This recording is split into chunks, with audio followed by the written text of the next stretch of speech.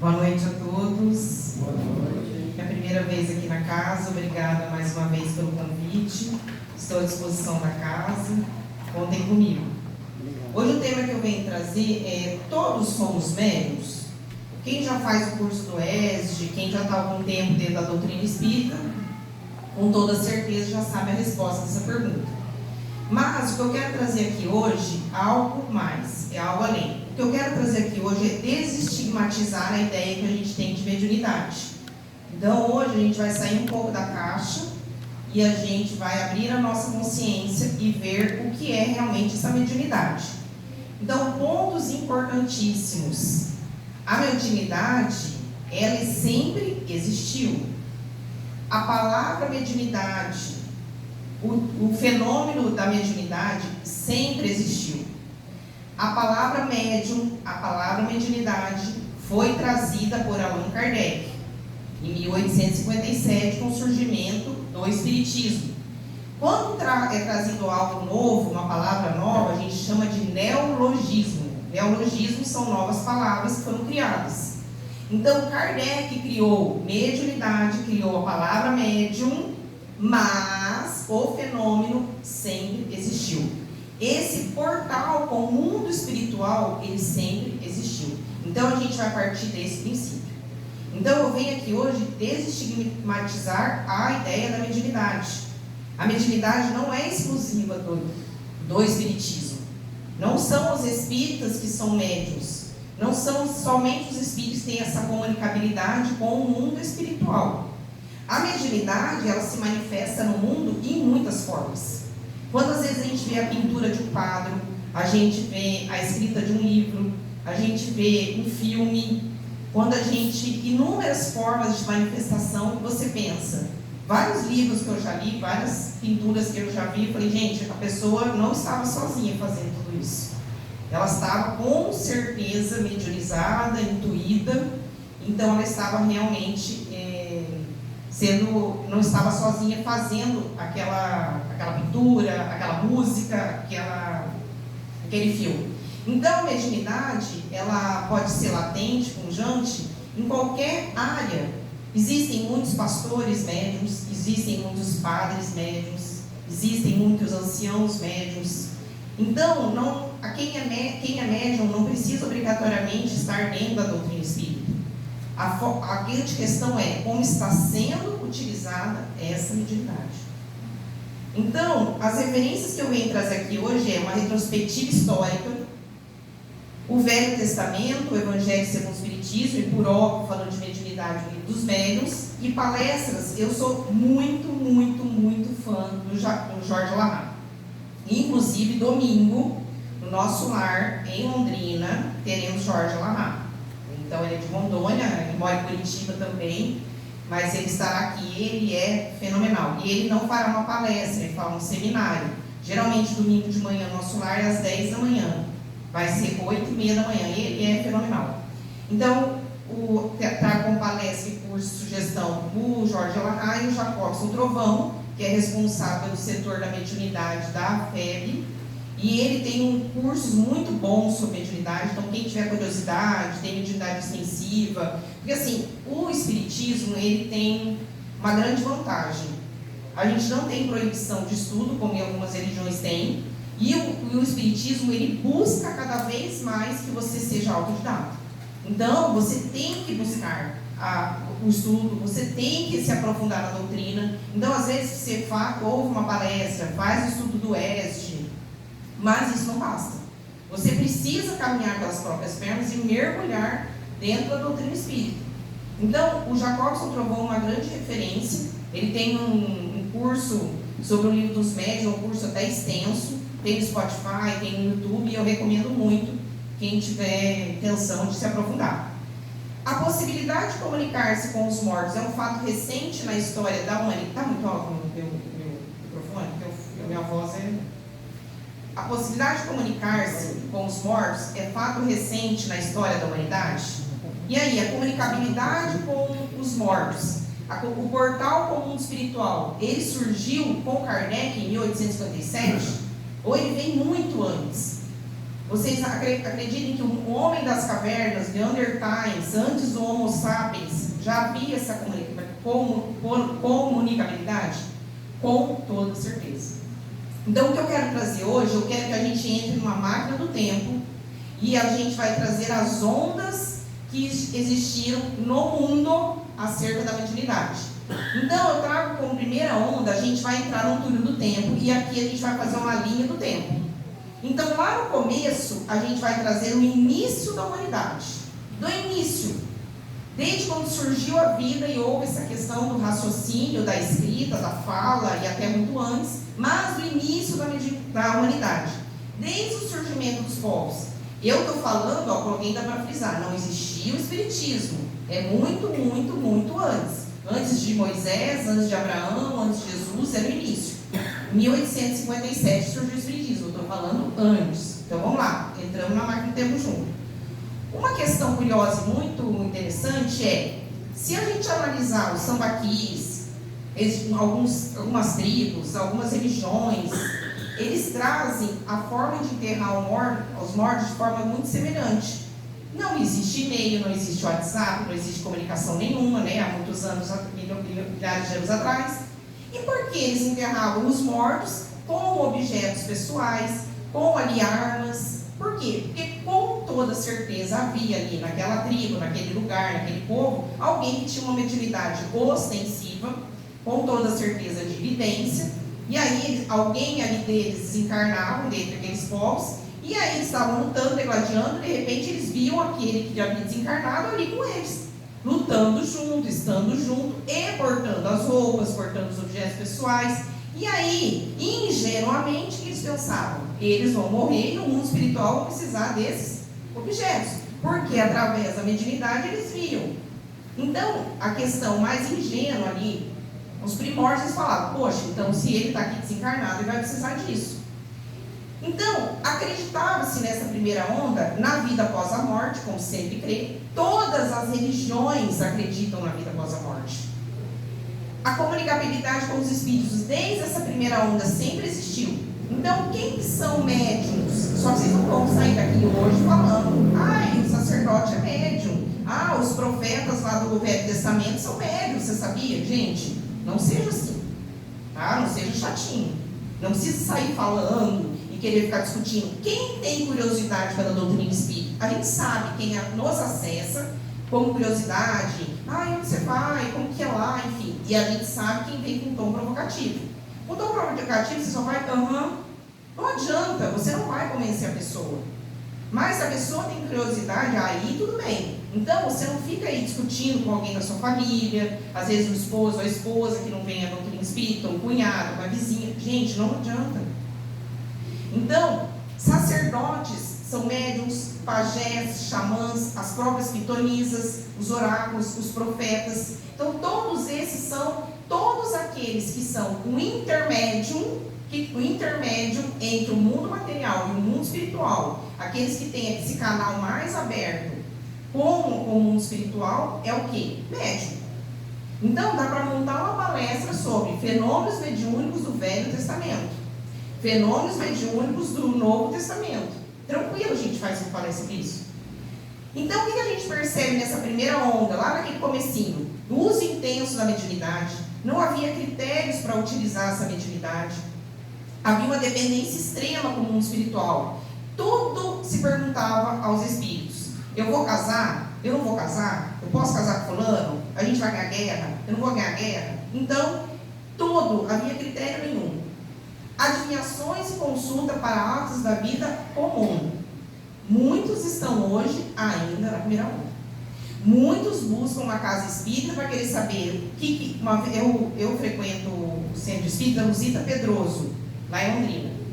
Sou professora do ESG, enfim, e eu cuido do Instagram. E uma vez uma pessoa me mandou uma mensagem privada. Eu gostaria de conversar com um desencarnado. Eu já achei estranha a pergunta da pessoa. Eu falei assim, você está precisando do atendimento fraterno? Enfim, não, eu quero conversar com um desencarnado. Mas antes eu pensei, deve ser alguém que perdeu o pai, que às vezes quer comunicar com o pai, ou sei lá, pensei, igual mãe desencarnou, sei lá, alguém que desencarnou. Daí eu falei, mas é algum desencarnado específico? Não, qualquer um. Eu tenho umas questões para perguntar. Então, a gente olha isso, para quem tem mais conhecimento, e fala, nossa, que absurdo. Gente, mas isso, muitas pessoas adentram uma casa espírita somente pensando isso. Achando que vão encontrar um médico, que vão fazer questionamentos, que vão fazer perguntas. Então, e muitas pessoas ainda estão em, não, aquele centro espírita não é legal não. Porque lá não falou nada, eu fui lá, não falou nada para mim, vou em outro. Aí fica quicando de centro em centro. Então, muitos estão ainda e muitos médiuns utilizam a mediunidade também dessa forma, para comunicar às pessoas de atos, de coisas da vida comum. Fulano, você não pode casar com ciclano, ciclana, não. Então, muitos médiuns também utilizam da sua mediunidade também para comunicar fatos às pessoas da vida comum.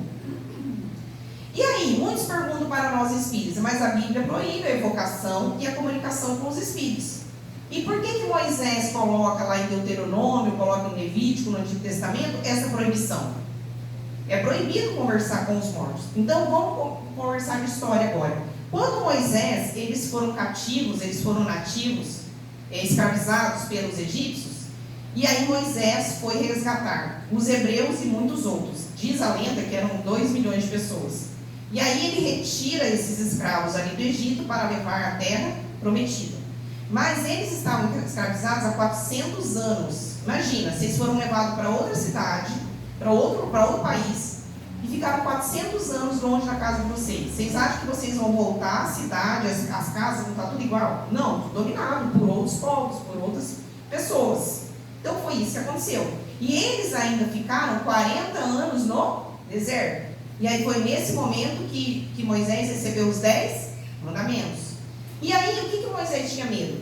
Quando veio o profeta Abraão, que trouxe a ideia para o mundo, para os hebreus, do monoteísmo, porque todo mundo acreditava em vários deuses. Ainda hoje existem religiões que acreditam em vários deuses, que são as religiões politeístas. Então, o profeta Abraão trouxe a mensagem de Deus único Deus, monoteísmo. Aí em seguida veio Moisés. Então os hebreus, eles tinham que solidificar e se manter como monoteístas. E aí se imagina como que era difícil para ele ali, como Moisés, dirigindo aquele pessoal todo, se manter aquele povo dentro das leis mosaicas, dentro do monoteísmo. Então tinha que ser ferrenho. E aí ele falava, olha, primeiro, eles saíram do Egito. O Egito era politeísta, o Egito usava a mediunidade de forma totalmente desregrada, tinha comunicabilidade com os espíritos de forma desregrada. E aí ele queria manter esse povo dentro do monoteísmo, dentro das leis mosaicas. Quando eles chegassem lá na Terra Prometida, o que ia acontecer? Eles iam se encontrar com novos povos. E aí Moisés falou, gente, esse povo não pode se misturar. Esse povo tem que se manter monoteísta, tem que se manter nas leis mosaicas. E aí o que ele traz em Deuteronômio capítulo 18? Quando entrares na terra que Yahvé teu Deus te dará, não aprenda a imitar as abominações daquelas nações. Que em teu meio não se, como eles usavam desregradamente a mediunidade, não se encontre alguém que queime seu filho e sua filha, nem que faça presságio, oráculo, adivinhação ou magia, ou que pratique encantamentos, que interrogue espíritos ou adivinhos, ou que invoque mortos, pois quem pratica essas coisas é abominável em Yahvé, e é por causa das abominações que Yahvé teu Deus as desalojará em teu favor. Então ele está querendo dizer para o povo assim, gente, vocês não podem ficar usando a mediunidade, essas adivinhações, essas magias, esses sacrifícios de forma desregrada. A gente tem que se manter aqui na religião hebraica. A gente tem que se manter aqui dentro do judaísmo. Então, essa proibição de Moisés não era uma condenação da mediunidade em si, é a condenação de abusos. E aí a gente entra numa segunda onda. Agora vem Jesus. Jesus nos mostrou do que a mediunidade é capaz, como a mediunidade é utilizada como consolo, como auxílio, como acolhimento e como cura. Ninguém chegava em Jesus perguntando, e aí, eu caso com fulano? Ah, eu não caso com ciclano? E aí, será que eu assumo aquele trono? Ah, será que eu vou ganhar guerra? Não. Jesus traz um novo formato da mediunidade, completamente diferente do que se era utilizado. Então é com Jesus que essa mediunidade adquire um maior substrato moral, visto que ele estava ligado diretamente a Deus e que esse fato por si só já era suficiente para promover uma nova disposição moral nas atitudes e no comportamento do homem. Em função do que Jesus, através da mediunidade, aplicava a lei do amor, inquestionavelmente traduzida nos seus ensinamentos. Então Jesus vem trazer um outro parâmetro, um outro paradigma sobre a mediunidade.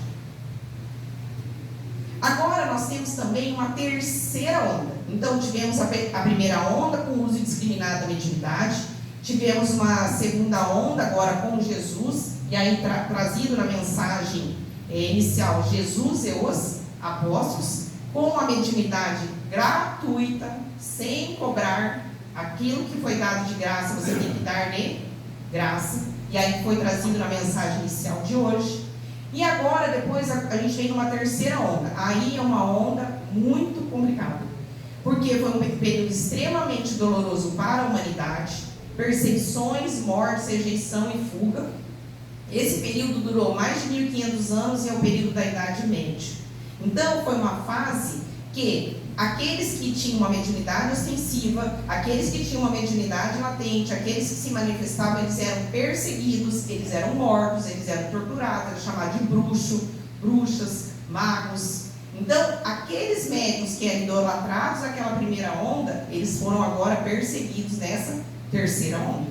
Então, aqui temos Joana d'Arc, queimado. Então, o que a gente percebe? Quando a gente vê os desenhos infantis, temos a bruxa do João e Maria, ela mora onde? Na floresta.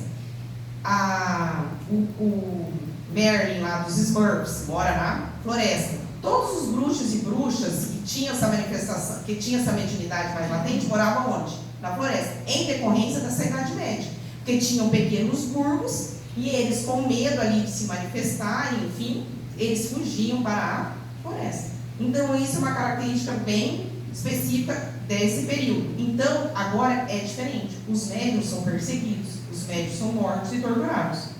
Aí a gente vem uma quarta onda, um pouco mais recente, ali no início do século XIX. Há um movimento com a fé muito grande, um movimento ateísta, negação da espiritualidade e uma questão muito forte em cima do materialismo e do cientificismo. É óbvio, 1500 anos perseguindo as religiões, 1500 anos matando e torturando, o povo falou assim, eu não quero nem saber, eu não quero nem ouvir falar de religião. E isso também traz pessoas, espíritos reencarnados que trazem esse trauma. Eu tenho uma aluna no ESG, que ela tem um filho de 9 anos, ele tem mediunidade ostensiva. E ela fala, Camila, ele tem pavor de qualquer instituição religiosa, de pensar, ele tem mediunidade. Eu falei, com quase certeza ele teve uma mediunidade ostensiva, e aí ele foi perseguido por conta disso, ou às vezes ali dentro daquela questão religiosa, houve uma perseguição, ou um mau uso dessa mediunidade, e com certeza ele já veio com esse estigma, com esse trauma. Então, muitas das vezes vocês conhecem pessoas que têm mediunidade ostensiva e falam, eu não quero nem saber, eu não quero nem falar disso. E há um sofrimento, porque é uma energia ali que a pessoa tem, é uma faculdade humana neutra que a pessoa tem, que não tem que colocar um botãozinho de on e off, né, desligar a mediunidade, enfim. Mas muitos espíritos reencarnam traumatizados também, porque advêm com certeza dessa época. E aí a gente percebe o mundo nessa quarta onda como um movimento ateísta muito forte, uma negação da espiritualidade muito forte, indo contra qualquer religião. E aí, o que a gente percebe? Que a espiritualidade, ela sabe o momento certo de agir. Então o mundo estava desgringoelando a questão espiritual, aí a espiritualidade falou, precisamos agir. E aí a época que começa a surgir uma eclosão de mediunidade no mundo. Quem estudou aí o surgimento do espiritismo, até um pouco antes, a gente percebe que há uma eclosão da mediunidade no mundo. Então a gente percebe os irmãos Fox nos Estados Unidos, Kardec com o surgimento e as mesas girantes na Europa. Então veio o Brasil depois, um pouquinho depois já com as manifestações mediúnicas. Então a gente percebe uma eclosão de fenômenos mediúnicos. Aí, nesse ponto, olha a diferença. Aí começam os cientistas a pesquisar e querer comprovar esses fenômenos, desde aquele início. E começam a surgir um arcabouço mais técnico de comprovação, e também para o espiritismo. Na época de Kardec, muitos outros médiuns pesquisaram esses fenômenos mediúnicos. Muitos outros médiuns entraram em contato com as mesas girantes, começaram a verificar se era realmente o magnetismo, mas Kardec que trouxe, mergulhou e nos trouxe a doutrina espírita. Qual foi o pulo do gato de Kardec? Kardec achava que era magnetismo, se interessou pelas mesas girantes, e aí percebeu que havia uma comunicabilidade, enfim. E aí tinha comunicabilidade de vários espíritos, com vários médios, importante, não é um médium só. O livro dos espíritos foram escritos por vários espíritos, comunicando com vários médiums. Isso é muito importante e relevante.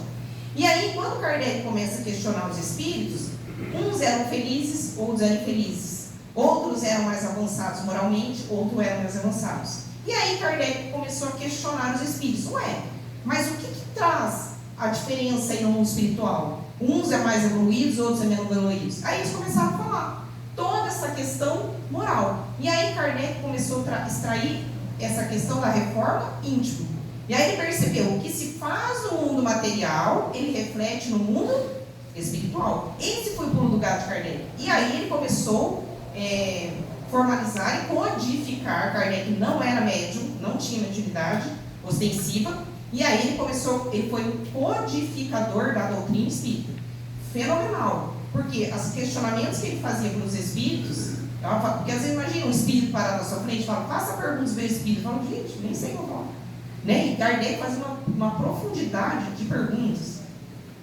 Então a gente percebe que as revelações, elas vieram conforme o nível de entendimento do tempo. O espiritismo com o amadurecimento da humanidade, o conhecimento de outras ciências, que são ciência, filosofia e religião. Então veio Moisés, depois veio Jesus, e aí o espiritismo com o livro dos Espíritos. E aí temos uma quinta onda, que é o que estamos vivendo hoje. Hoje, você fala assim para mim: ai Camila, mas a gente não tem muitos fenômenos, né? Podia ter um fenômeno físico, ai, minha vizinha não acredita em nada, podia ter alguma manifestação, podia fechar aquele... Porque assim, quando a gente pega Chico Xavier, no início, a gente sempre pensa em Chico Xavier com o fenômeno da mediunidade da psicografia, certo? Mas no início de Chico Xavier, ele fazia muitos fenômenos chamados de materialização, junto com o Peixotinho e outros médios. A materialização se materializava o espírito mesmo.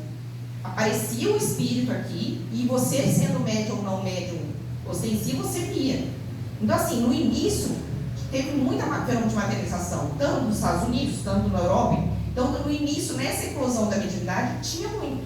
E vieram muitos espíritos. E uma vez veio quem? O mentor de Chico Xavier, Emmanuel. Emmanuel aparece ali com uma lamparina, enfim, tem o desenho dele, na última aparição de Emmanuel. E aí Emmanuel aparece e fala: olha, os fenômenos de materialização são muito importantes, atraíram muitas pessoas, mas a partir de hoje estão suspensas as materializações. Hoje nós iniciaremos um novo trabalho, que são as obras espíritas. Iniciaremos as psicografias. Estão suspensas. E no Brasil inteiro os fenômenos de materialização começaram a diminuir. Então a gente vê que aí os fenômenos de materialização se encerraram. Foi um atrativo muito grande? Muito. Então você olha aqueles museus que tem aqueles espíritos, né, que colocam as mãos ali dentro de parafinas, enfim. Mas eles chamam atenção. Agora você imagina, se continuasse só nesses fenômenos, se em Ibiporã não tivesse um fenômeno nenhum, se a gente não tivesse todas as grandes obras espíritas, ia fazer sentido para quem estivesse vendo ali, enfim. Mas o que a gente precisa entender é: o fenômeno convence, mas ele não converte. Se a gente fechasse a rua um dia, trazer um médium de materialização, ele materializar um espírito, muitas pessoas vão vir ver, de curiosidade. Pouquíssimas irão se converter à doutrina espírita. Porque o fenômeno ele vai convencer, mas ele não vai converter a pessoa. Então, a gente percebe que a doutrina espírita, ele tem uma fase de aviso, ela teve uma fase de chegada e hoje nós estamos num novo momento de entendimento. Então, quando a gente pega as obras básicas, que olha que interessante, a gente exportava as obras à França, né? As obras básicas, imagina a dificuldade, quando você lê o surgimento do Espiritismo no Brasil, a dificuldade que tinha, eles traduziam trechos das obras e faziam em forma de panfletos e distribuíam aquilo. Aí Travassos, depois que fez a tradução completa ali do Livro dos Espíritos. Então você percebe a dificuldade, né, que tinha no início. Aí a gente tem aquela síndrome do... Como é que chama? Do cachorro... Eu esqueci. A gente brasileiro, a gente se rebaixa, né? A gente tem essa mania de eu sou coitado, o Brasil nos presta, mas a gente se esquece disso. A gente exportava as obras e hoje a gente é o maior importador de obras espíritas para o mundo. Então, só Chico Xavier, após ainda o seu desencarne, mais de 500 obras nós temos só de Chico. Fora de Valdo, Evandro Amaral Peneira e tantos outros médios. Então, o que a gente percebe? Que as obras básicas de Kardec nos trouxe uma síntese, nos trouxe um rumo. Mas outras obras nos trouxeram as análises, a profundidade. Então, ali Kardec comenta do mundo espiritual, mas o que eles comem, o que eles fazem, onde que eles dormem, eles trabalham no trabalho. Quem nos traz isso? As outras obras espíritas. E nunca desvinculado dos ensinamentos de Kardec. Porque Emmanuel avisou, mentor de Chico, se um dia eu for contra Kardec, você fique com Kardec, ele descarte. Então, as obras de Chico, todas as obras espíritas que ainda passam ali pelo aval da FEB, elas têm que estar todas vinculadas com base nas obras básicas de Kardec. Então, nós estamos numa nova fase. Emmanuel já nos trouxe isso, encerrando os fenômenos ali de materialização, e nós hoje estamos com muitas obras. Então, muitos de nós queremos mensagem dos Espíritos, nós queremos resposta dos Espíritos. Você tem? Sabia que as obras espíritas foram trazidas por quem? Pelos Espíritos. Você quer mensagem dos Espíritos? Leia o Livro dos Espíritos. Você quer mensagem de algum Espírito? Leia o Evangelho segundo o Espiritismo. Eu duvido se você não abrir todos os dias, aleatoriamente, o Evangelho segundo o Espiritismo, se você não vai receber uma mensagem para você. Eu duvido. Então a gente fica querendo receber mensagem, saber que um parente desencarnou, coitado, mal está se recuperando. Às vezes está no hospital, num posto de socorro, ali naquela recuperação, atordoado, né? Ele tendo que se adaptar naquele novo ambiente, ele também trabalhando nesse processo de luta e de saudade, e aí, eu queria conversar com ele, eu queria ser uma carneira, eu queria saber dele, gente. Então, se você quer receber uma mensagem dos Espíritos, leiam as obras básicas, leiam as obras psicografadas. Então, hoje nós estamos numa fase de entendimento. A gente precisa sair do raso e mergulhar nessa doutrina maravilhosa que a gente tem a oportunidade de conhecer nesta encarnação. Será que na próxima estaremos mergulhados dentro de uma doutrina tão consoladora que não tem proibição nenhuma? Então, a doutrina espírita nos traz consolo, conforto, ensino e esclarecimento. Camila, mas não tem mais nada? O portal está aberto? Não tem mais nenhuma comunicabilidade? Claro que temos. Temos, apesar de Chico Xavier ter desencarnado, que fazia essa questão das cartas consoladoras, temos muitos médiuns no Brasil que ainda continuam fazendo, e temos também o encaminhamento de diálogo fraterno dos espíritos sofredores através dos grupos mediúnicos. Porque antigamente, você sabia que as sessões mediúnicas eram público? Então, todas as manifestações, então assim, não tinha critério nenhum. Hoje não. Hoje as sessões mediúnicas são feitas reservadamente. Segundo, tem um critério. Então, eu sou médium, eu estou vendo coisas, eu estou... Calma. Conheça a casa espírita. Aprenda sobre o espiritismo. Faça o curso do ESG. Leia, se aprofunde. Você não pode, com uma mediunidade ostensiva, ser enfiado ali dentro de uma sessão mediúnica. Primeiro, você vai desestabilizar o grupo, você não vai saber o que vai fazer, você com aquela energia, aquelas questões, você não vai conseguir. Então, você precisa ser um médium moralizado. Você precisa ser um médium evangelizado.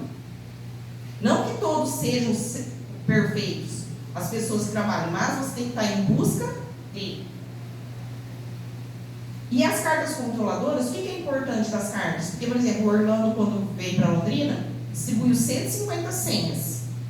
As cartas consoladoras são em torno de 6, 7, 8 cartas. Então, inúmeras famílias ficam ali sem receber. Mas quando você ouve aquelas cartas, você fala, aquilo te toca de uma forma. Então, aquilo não é uma carta só para aquela família que recebeu. Aquilo é uma carta para todos nós. Você olha e fala, o meu amor continua vivo. Nós iremos nos encontrar. O mundo espiritual existe, com tantos detalhes ali. Então essas cartas, elas trazem consolo para aquela família diretamente e para todos aqueles que estão ali ouvindo. Então é um trabalho maravilhoso, só que tem que ter critério, como foi falado inicialmente, tem que ser gratuito. Tem um Carlos Augusto Perandrea, ele é da UEL, e ele analisou 14 anos as cartas de Chico Xavier, para ver se a autenticidade das cartas psicografadas. Porque Chico tinha uma mediunidade maravilhosa. Ele escrevia com a carta, com a letra do desencarnado. Então ele escrevia, assinava, aí ele analisou. Ele era perito em grafoscopia, ele verificou a autoria e a autenticidade da assinatura, da letra, tudo, para ver se realmente era daquela pessoa desencarnada. E aí, mais de 400 psicografias ele analisou e corroborou. E aí, inclusive, tem um livro, a psicografia, a luz da grafoscopia. Ele é de Londrina, foi professor da UEL, e ele fez análise, confirmando que aquela assinatura, que aquela letra era idêntica quando que a pessoa era encarnada. E aí, todos nós somos médiuns? Todos nós somos mais ou menos médiuns, num grau qualquer. Então, eu falo, como eu disse no início, a mediunidade é uma faculdade inerente ao homem. Não importa se ele é espírita, se ele é evangélico, se ele é protestante, se ele é ateu, se ele é agnóstico, não importa. A mediunidade não vai escolher o espírita. Então, é uma faculdade inerente ao homem, é uma faculdade neutra, não é privilégio exclusivo, por isso mesmo, raras são as pessoas dela que não possuam. Pode dizer, então, que daí, todos somos médiuns? Sim. Uns ostensivos e outros não ostensivos. Eu não tenho mediunidade de vidente, clarividência nenhuma. Eu sou médium não ostensivo. Então, todos somos médiuns. Uns de forma ostensiva e de outros de forma não ostensiva. E aí, eu sou médium ostensivo, cheguei numa casa espírita. Como que a casa espírita se comporta? Ela tem que ter muito critério. Primeiro, ela tem que ir por eliminação. Existem muitas doenças psiquiátricas que têm ouvir vozes, veem coisas. Então, assim, tem que ter critério. Olha, você já foi médico, foi psiquiatra, já fez o exame, enfim, tem que verificar tudo isso. E aí, às vezes, não, eu sou realmente médium. Às vezes, a pessoa está num processo obsessivo. Então, ela faz um tratamento ali com água frutificada, vem à casa espírita, olha, você vai entregar hoje um copinho de água, olha, você vai fazer tal coisa, olha, você não vem aqui trabalhar, e aí ela começa, e de repente ela é um espírito obsessor, enfim, aquilo. Então, assim, tem que haver muito critério da casa. Aqui são 3 anos de ESD, né? São 3 anos de estudo, e aí, depois desses 3 anos, você tem mais 6 meses de estudo sobre a mediunidade. Então, assim, tem que haver critério, porque eu já fiz curso de mediunidade em casas espíritas, que o grupo mediúnico que não estava muito coeso, entraram 2 pessoas e desestabilizaram completamente o grupo. E o grupo acabou. Então, assim, tem que ter critério. Então, é melhor qualidade do que quantidade. Então, tem que haver estudo, o médium tem que estudar, tem que fazer essa reforma íntima, tem que ver a questão moral, tem que ser evangelizado. E agora, para finalizar, eu queria trazer o livro dos médiuns, ele traz tipos de espírita, ele traz 5, mas eu quero trazer 3. Então, a gente vai refletir qual espírito a gente é. Vamos lá. Espírita experimentadores. Para esses, o espiritismo é uma ciência de observação. É o povo que só quer vir na casa espírita, no lugar, só para ficar o quê? Atrás de fenômeno, atrás de alguma manifestação. Ele é a observação de fatos curiosos, que são as manifestações mediúnicas. interessam somente pelos fenômenos científicos, sem se ater nem à parte filosófica, nem à parte religiosa da doutrina. Não que esses fenômenos não são importantes, não que a mediunidade não é importante, só que tem gente que fica só naquele. Ah, não, aquele médium de cura naquela casa, então vai lá naquela casa. A pessoa não quer se curar, ela quer o faça um milagre em mim. Então ela tem a oportunidade de conhecimento dessa doutrina, mas ela não se aprofunda. Ela não tem a autorresponsabilidade. Ah, isso é culpa de obsessor. Ah, eu fiz tal coisa, obsessor. Ou inimigo, ou sem fim. Mas a pessoa, ela tem que se o quê? Se reformar intimamente. Então, o que é aqui, para quem não quer ser espírita, meu filho, não é para qualquer um. Porque o espírita, você não coloca a culpa no inimigo. Você coloca a culpa em você. Porque se você tem um obsessor, é que você está numa relação societária com ele. Porque você puxou ele para um pluguezinho de que você abriu. Então, a gente não tem como jogar culpa em ninguém. Nós somos tem a autorresponsabilidade e porque nós temos o nosso livre-arbítrio. Então, é difícil para algumas pessoas entenderem e querer mergulhar na doutrina espírita. Porque ela vai ter que se defrontar consigo mesma. Ela vai ter que fazer um exame de autoconsciência e autoconhecimento. Então, muitos estão atrás dos fenômenos. E tudo bem. Às vezes a pessoa está naquela fase da encarnatória que está assim. E aí? Espíritas imperfeitos, que qualquer semelhança não é mera coincidência. Creem nos postulados espíritas, compreendem e admiram a parte filosófica e moral, mas continuam orgulhosos, materialistas e egoístas. Muitos trabalhadores da casa espírita, palestrantes, não são, porém, engajados e comprometidos com a própria reforma moral. Evangelizamos externamente, mas não nos auto-evangelizamos. Então, quando a gente vê o livro Voltei, lá do irmão Jacó, que ele chega no mundo espiritual e não tem uma luz, né? Estou dando spoiler do livro, mas enfim.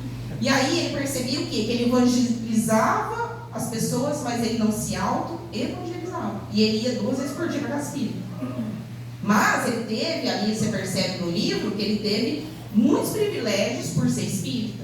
Quem que veio auxiliar no seu desencarne? Bezerra de Menezes. Então assim, mas tá vendo? Vinha 2 vezes a casa espírita, enfim, mas não, ele não foi no umbral. O André Luiz, que não era espírita, ficou 7 anos no umbral. Então você já percebe ali a diferença.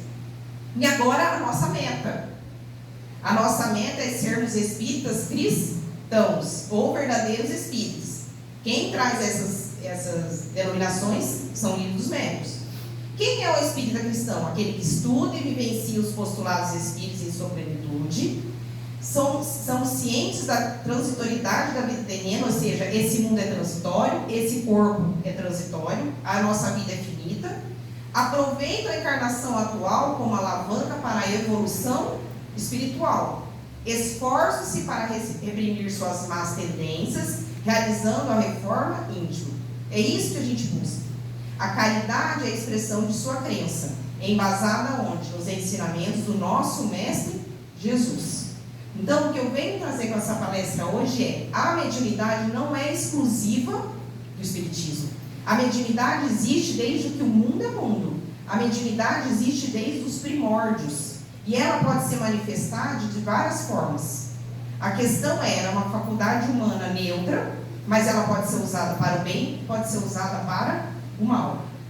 Então, a casa espírita tem que ter muito critério com o recebimento de médiuns ostensivos, e ela já tem toda essa questão dos estudos, enfim.